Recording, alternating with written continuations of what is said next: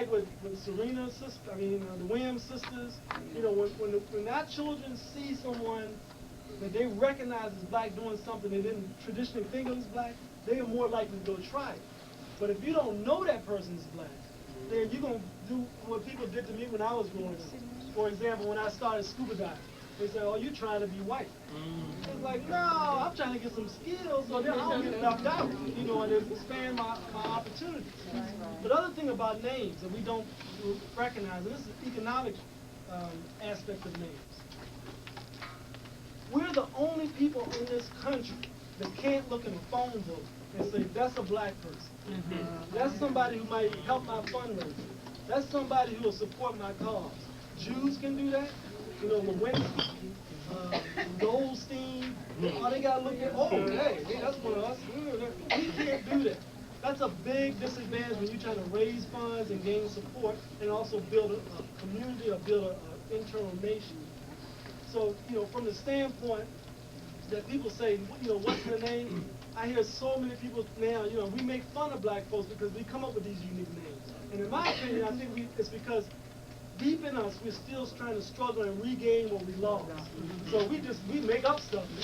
So I don't make time to make fun of things. I know where it's coming from. But that's where some of that is happening, is that because to think about this now, and what has happened too, back to that whole thing of how they took us from being proud African people when we got here to making us think, feel good about calling each other dogs, all this kind of crazy stuff, is that you really have to take out the things that otherwise would make you unique. So when you take away a name, and think about what happened. When they couldn't even pronounce our name. So they shortened.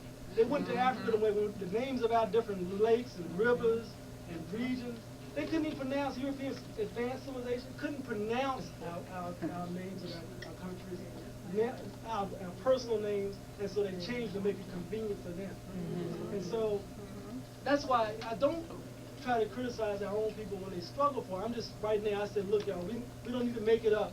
We got so many awesome people in our history with beautiful names that you can name your children, and they got historical significance. So that's part of it. The other thing is that people say things like, oh, I don't like my hair natural. And that's learned. You ain't born like that. And let me tell y'all something I just said, and this blew my mind.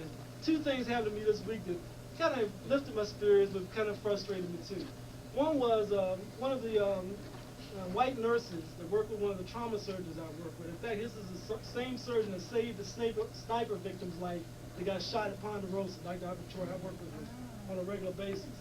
And one of his nurses bought my book. And I knew she bought it because she didn't think I really had a book. It was one of them kind of things. I was saying, I got your book. It was like, oh, yeah, you did. She said, and the first time she said, well, yeah, I read it, and you don't like white people, do you? I said, that's not it. I just feel like you got to be honest about history and how you got what you got. So you don't look at me and put me down and say, well, why are you living like that? It's like, because y'all did this to us, we trying to regain what we lost, some of that. So later came and she read some other parts of my book, and the thing she came up with was not in my book. It was like she read her fears, she read all this, violence, and it's like, I didn't say that. So then she finally came up and told me, she said, first time I read your book, it kept me up all night. It was like, man, I thought so, that's not, but I like it being thought-provoking.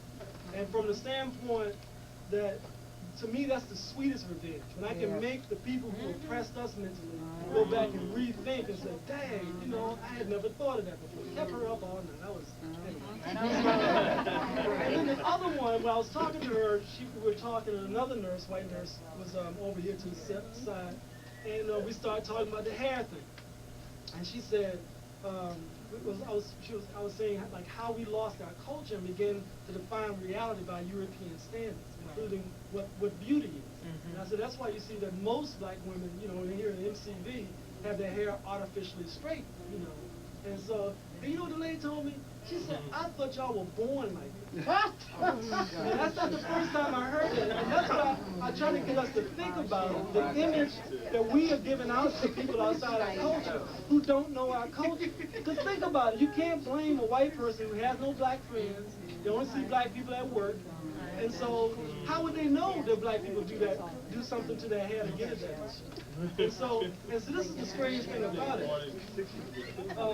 You know, we talk about, you know, the other answer that people put out there was that black men like it better. And that's back to the whole thing of losing your own identity and culture, and then having the void of your culture filled with somebody else, somebody that tells you openly. If you watch any Disney movie, any classic so-called stuff for our kids, black is bad, white is good. The imagery is powerful. You know, just look at any Disney movie and look at the villains, and you ain't gonna find no villains typically dressed in white. You know, they're gonna be dark, you know, images. The other thing is I have to ask us, you know, to really look and think about, is it an obsession? And like, do you know something is an obsession when you do it, and even when it's detrimental to you? And by that I mean this. The cost. If you think about how much money we put into keeping our hair artificially straight, and if this for 1 month we skipped it and gave it to the NAACP, or give it to a progressive church, or give it to something, you know, or buy a book, you know, think of how much that could change. Because right now, and y'all correct me if I'm wrong, and I ain't trying to put my people down, because my family from Newtown. You know, my family was poor. You know, my parents was. You know, when they, you know, but I know what it's like, you know, not to have much. But strangely enough, it seems the lower the economic level and the lower the education level, the bigger the hair. You know, the more elaborate, the more colors, the more, you know. It's like because, you know, when you're missing something inside, you want to try to make up for it outside.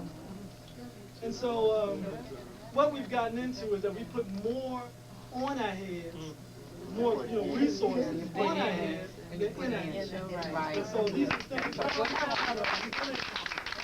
we need to reevaluate and teach our children to kind of look for. And like, y'all understand this, I ain't trying to make nobody feel bad. Like, if you do it, it ain't like I'm trying to make, you know, like, well, you ain't about the revolution, and all this stuff. You know, people will use this and try to separate us from each other. I ain't judging nobody, because I ain't, Pam know, I used to have a jerry curl. You know, I was there, you know, so that was the coolest thing, but, you know, you change. You begin to see a little different way. And that's the so strange thing about it, because what do we call it? A permanent. Is that not wishful thinking? Okay. I'm permanent about that. When we know it's temporary, and